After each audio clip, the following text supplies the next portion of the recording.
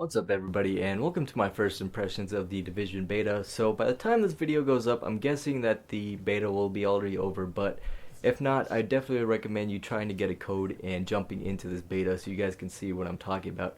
But anyways, I put in about 30 minutes already into this beta, and I have to be totally honest with you guys, I was not really satisfied with what I played. And this is really disappointing because I know that many people are very hyped up for this game. It's just sad to see that this far into the development of this game, it's just not that enjoyable of an experience.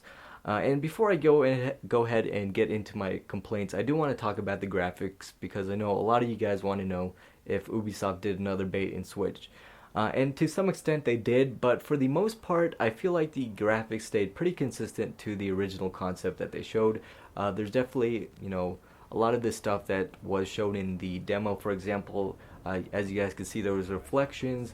The lighting itself is looking really nice. There's a lot of cool things that stayed from the original demo that are still inside of this beta. So that's definitely something that's awesome. And I do have to applaud Ubisoft for not doing a complete bait and switch like they did for Watch Dogs. Now, as for my complaints, while we're in the menus, actually, that is one of my complaints about this game.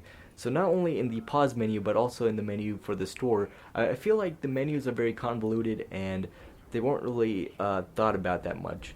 In fact, the menus themselves, I feel like they need to be streamlined a lot more because it shouldn't be in a way where you get kind of confused with what is exactly happening in the menu. It should just be where, oh, okay, so this has this stats and this stats. Okay, that makes sense. It shouldn't be that, wait, what does that mean and all this other stuff. It might just be because I didn't spend too much time in these menus, but right away when I actually got into the menus, I did get a little bit confused. This might have to do with the fact that when you actually get dropped into this game, they don't really do too great of a job at showing you how to play the game itself. All they really show you is these little video clips that teaches you how to do different things in the game, and I believe there wasn't one that showed you how to navigate around the game store. Another thing that I had an issue with was the game's pause menu itself. When you get into there, there's all these different settings, but it doesn't show you where you're supposed to quit out from. You have to literally go through the menu and look through these different settings until you finally find the actual logout button. So that was definitely something that I found annoying. Now moving on, some of the stuff that I didn't like about the gameplay itself was the cover mechanics and then the way that the guns themselves feel.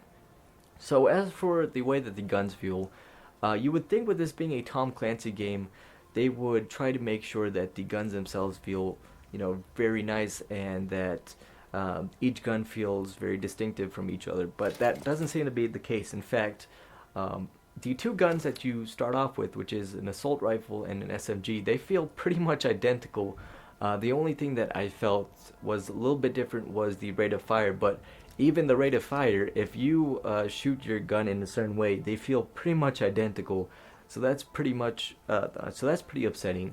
And then finally, the cover system. So this is one of those things that I can't really say is an issue because it'll be something that certain players will like and certain players won't like. I was one of the people that didn't like this cover system.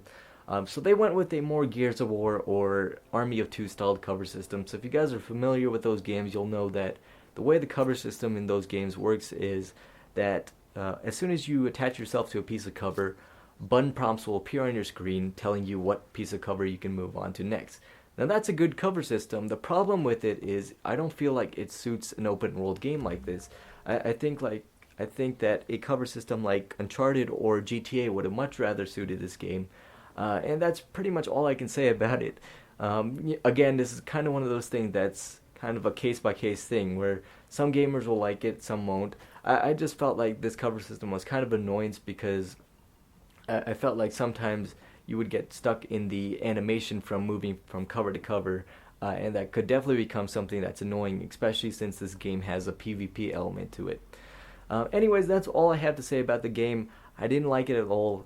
It's very disappointing. I definitely wouldn't recommend you guys buying this day one.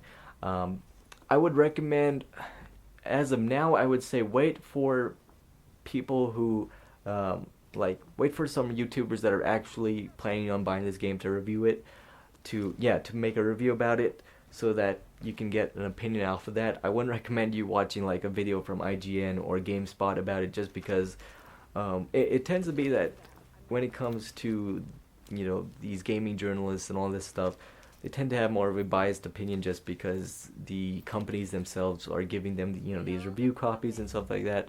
Whereas with the actual gamers, since they're buying these games with their own money, they're more likely to give an actual genuine opinion about the game. So yeah, that's pretty much. Did you guys see that? He was in a T-pose.